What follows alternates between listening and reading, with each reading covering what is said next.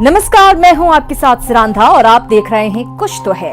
हिंदू पुराणों में भगवान गणेश को एक दंत भी कहा गया है। ये भी लिखा गया है कि भगवान परशुराम के साथ हुए भीषण युद्ध में गणपति का एक दांत टूट गया था। पुराणों के मुताबिक वो युद्ध दंडकारण्य के घने जंगलों में हुआ था। पुराणों की इस कहानी की तलाश में हमारी टीम भी दंडकारण्य के घने जंगलों में पहुंची तो पता चला कि वो युद्ध भूमि आज भी मौजूद है और इसी के साथ मौजूद है कुछ पुरानी निशानियां। आइए चलते हैं रहस्य के इस सफर में। देश के सबसे घने जंगल के बीच करीब 4000 फीट की ऊंचाई पर पहाड़ों के कुछ दुर्गम रास्तों से गुजरकर आज हम तलाशने वाले हैं गणपति और परशुराम की वो अनदेखी युद्ध भूमि, जहां कहा जाता है कि भगवान गणेश के उस टूटे हुए दांत के अंश आज भी गवाह बनकर मौजूद हैं। विघ्नहर्ता के एक दांत को परशुराम ने क्यों तोड़ा? हमें बताया गया कि छत्तीसगढ़ के जंगल में एक ऐसा धाम है जहां विनायक के एक दंत होने का रहस्य छुपा है। एक ऐसा राज जो आज तक किसी टीवी कैमरे में कैद नहीं हुआ।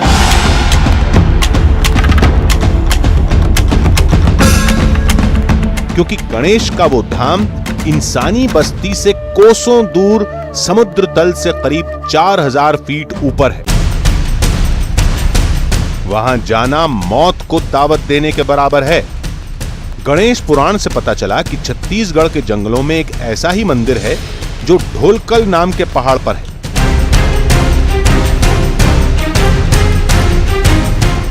हमारे लिए इतनी जानकारी काफी थी। फिर हम निकल पड़े अपने सफर पर और हमारी मंजिल थी दिल्ली से करीब 1600 किलोमीटर दूर छत्तीसगढ़ का दंतेवाड़ा।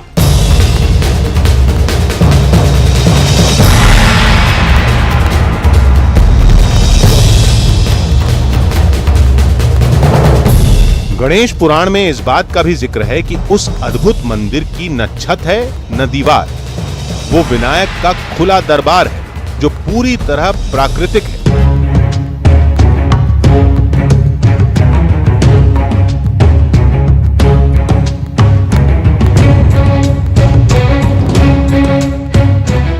सफर के दौरान हमें लंबोदर की एक लीला के बारे में पता चला जो उनके एक दंत होने से जुड़ी है। कथा के मुताबिक एक बार महर्षि परशुराम महादेव से मिलने कैलाश पर्वत पहुंचे। शिवशंकर कैलाश पर नहीं थे। हम अपने आराध्य भगवान शिव को स्वयं ही ढूंढ निकालेंगे। जिन्हें ढूंढते हुए परशुराम पार्वती के घर पहुंचे, जहां घर के बाहर गणेश पहरा दे रहे थे। हे विचित्र प्राणी, कौन है तू? हट जा मेरे मार्ग से। हमें अपने आराध्य भगवान शिव के दर्शन करने हैं। लेकिन गणेश ने परशुराम को अंदर जाने से रोक दिया। बात बढ़ती गई। फिर परशुराम और गणेश में युद्ध छिड़ गया। शिव के गणों ने भी परशुराम को समझाने की कोशिश की। तो भी साधु, तू नहीं जानता कि तू क्या कर रहा है? तू किससे टकरा रहा है? ये अग्र पूजा के अधिकारी हैं, पार्वती नंदन श्री गणेश हैं। शीघ्र कैलाश से लौट जा, नहीं तो तू अपने इन प्राणों से हाथ धो बैठेगा। लेकिन परशुराम ने एक नहीं सुनी और गणेश पर वार करते रहे।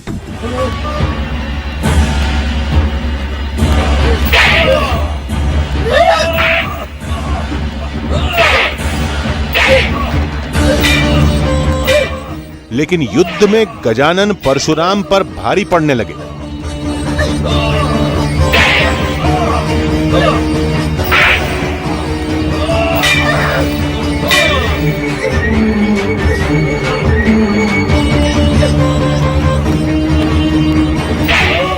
परेशान परशुराम ने भगवान शिव का नाम लेकर अपने फरसे से हमला किया और इस वार से गणेश का एक दांत टूट गया। मैं अपनी शिव भक्ति को दांव पर लगाकर अपने आराध्य भगवान शिव का नाम लेकर तुझ पर प्रहार करता हूँ।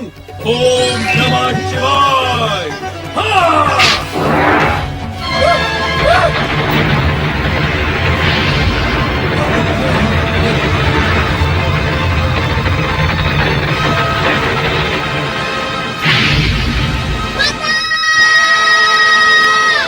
बाल गणेश की आवाज सुनकर शिव और पार्वती बाहर निकले। चोट तो नहीं पहुंची पुत्र? नहीं माता, मुझे चोट नहीं पहुंची। अभी तो मेरे भाई दांत को पहुंची है और अब मैं एक दंत बन गया। मान्यता है कि गणेश का दांत टूटकर छत्तीसगढ़ की धरती पर उसी जगह पर गिरा जहां आज वो मंदिर है। बाल गणेश की लीला के ख्यालों में खोए हम छत्तीसगढ़ के दंतेवाड़ा पहुंचे।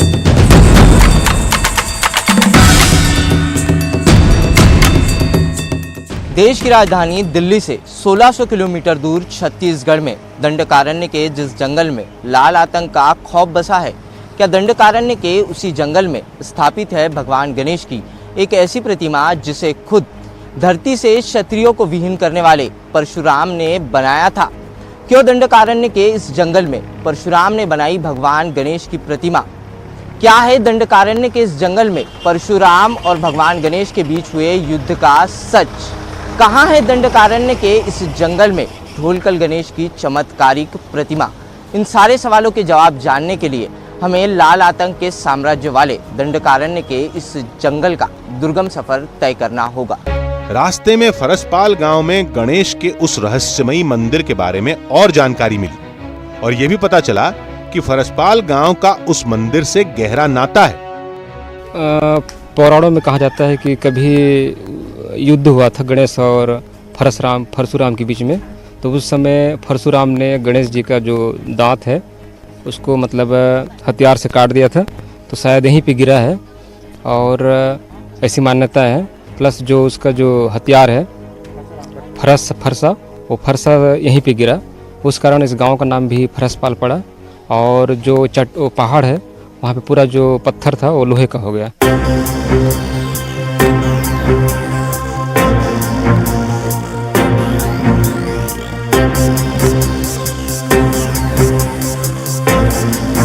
दंडकारण्य के खतरनाक जंगलों से होते हुए हमारी टीम लगातार मंजिल की तरफ बढ़ रही थी। पुराणों की उस अद्भुत कहानी के सफर में हमारी सबसे बड़ी चुनौती थी ढोलकल पहाड़ी, जिसके शिखर पर पहुंचना आसान काम नहीं था।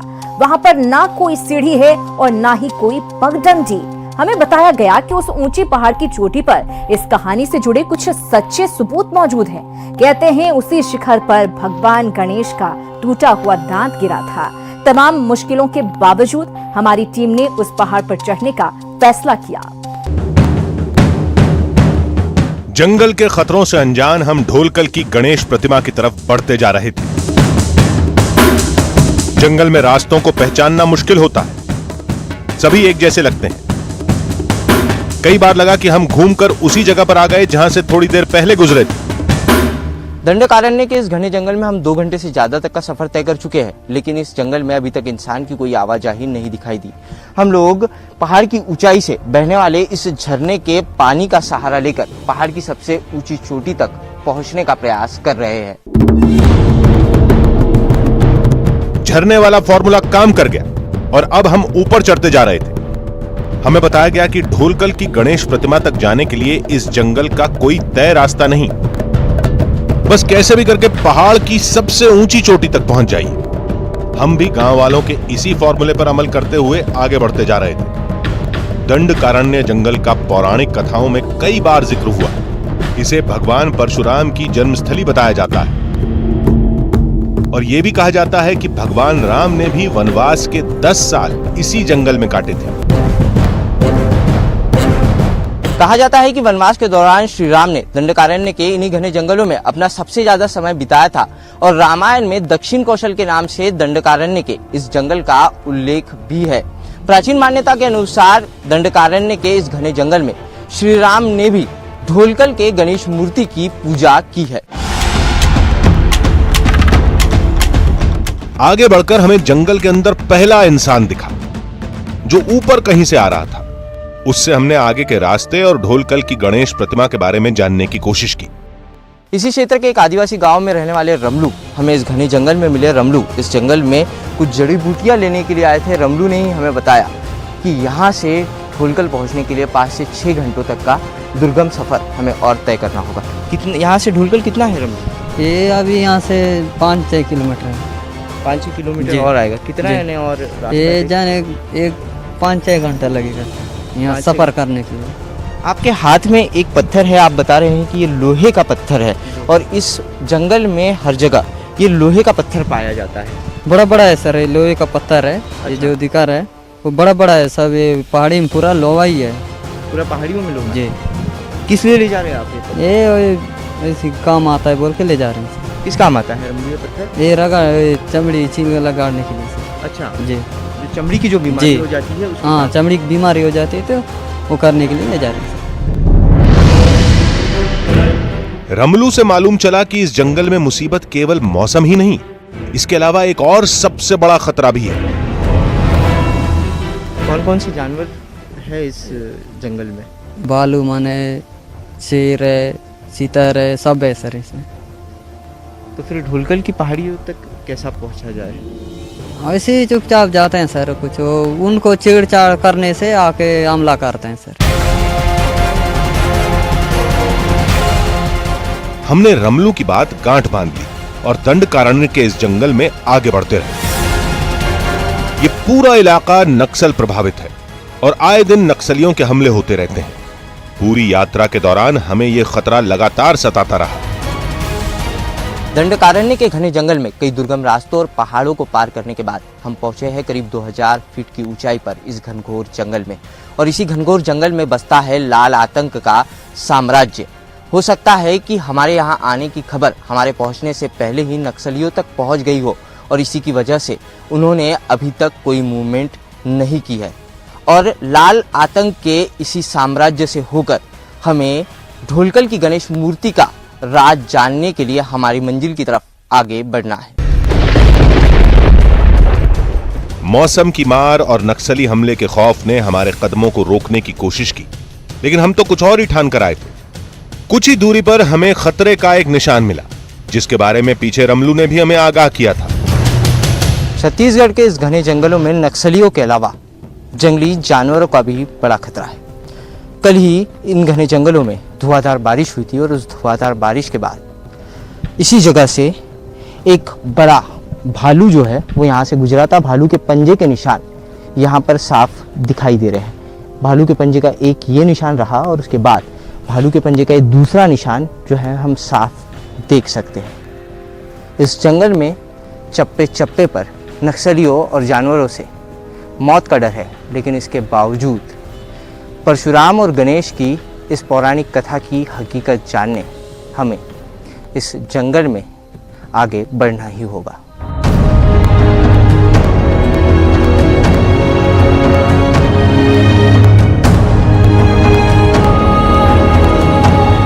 धीरे धीरे हरियाली कम होती जा रही थी और पत्थरों की संख्या बढ़ती जा रही थी। इसका मतलब यह था कि हम ढोलकल पहाड़ के करीब थे।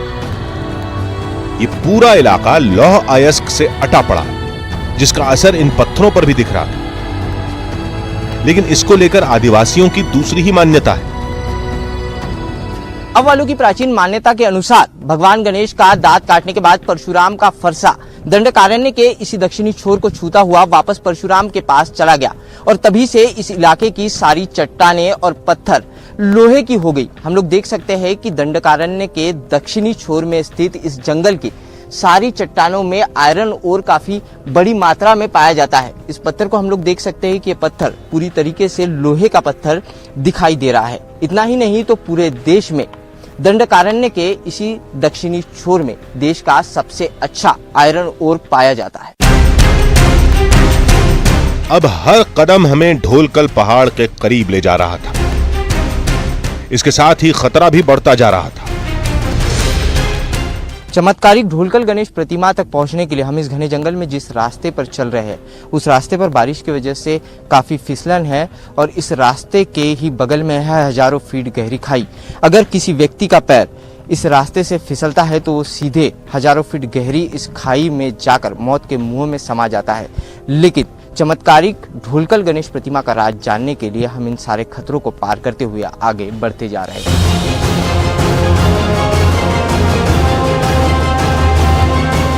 और आखिरकार हम जंगल के उस हिस्से में पहुंचने में कामयाब हो गए जहां से ढोलकल पहाड़ शुरू होता है। मान्यता के मुताबिक जब परशुराम ने फरसे से गणेश का दांत तोड़ा तो टूटा हुआ दांत इसी जगह पर गिरा था।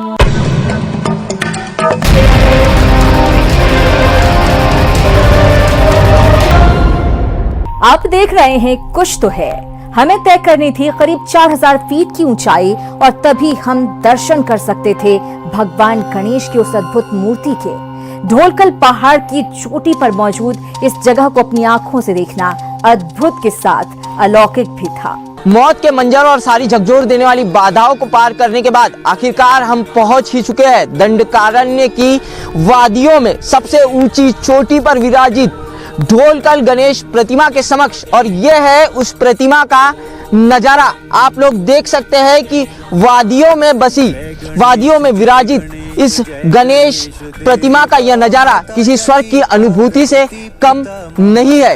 इन वादियों में ये गणेश प्रतिमा बादलों से भी ऊपर विराजित है। विनायक मयूरेश्वर चिंतामणि सिद्ध विनायक बल्लाळेश्वर है विघ्नेश्वर गिरिजा महागणपति।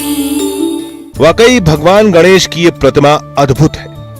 ऐसी मूर्ति हमने आज तक नहीं देखी थी।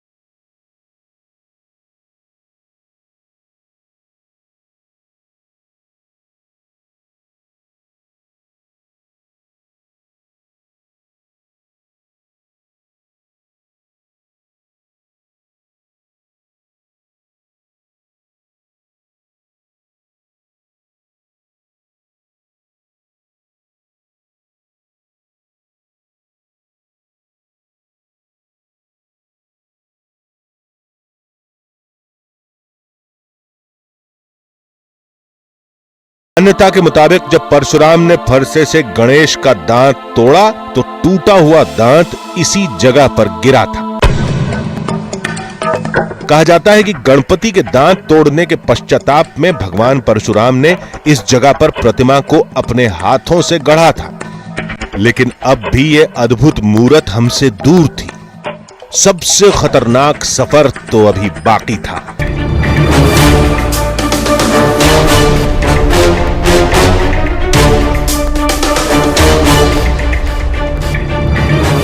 आखिरकार हम ढोलकल गणेश प्रतिमा तक पहुंचने में कामयाब रहे।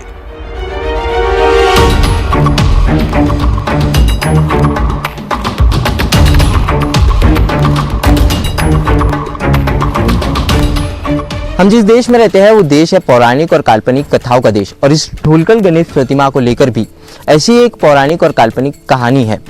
इस मूर्ति के ढोलाकार होने की वजह से इस गणेश प्रतिमा का नाम पड़ा ढोलकल गणेश प्रतिमा। लेकिन इसकी सबसे बड़ी मान्यता यह है कि यह मूर्ति परशुराम ने बनाई है। लेकिन हमें इस जगह पर ऐसा कोई साक्ष्य नहीं मिला जो इस गणेश प्रतिमा से जुड़ी कहानियों को साबित करता हो। इस बात में कोई शक नहीं कि गजानन की प्रतिमा और ये जगह अद्भुत है। ये प्रतिमा साधारण नहीं है, भव्य है, बहुत सुंदर है। जो घटना कहती है कि दोनों के बीच युद्ध हुआ और युद्ध होने के बाद फरसे से गणेश का एक दांत कट गया। दक्षिण बस्तर में अधिकतर प्रतिमा, इस जो प्रतिमा है गणेश की ढोलकल प्रतिमा, उसमें आप देखें कुछ विशेषताएं हैं। पहला, जनेऊ जो है साकल के आकार का है और दूसरा हाथ में दांत है। एक हाथ में उन्होंने दांत पकड़ा हुआ है।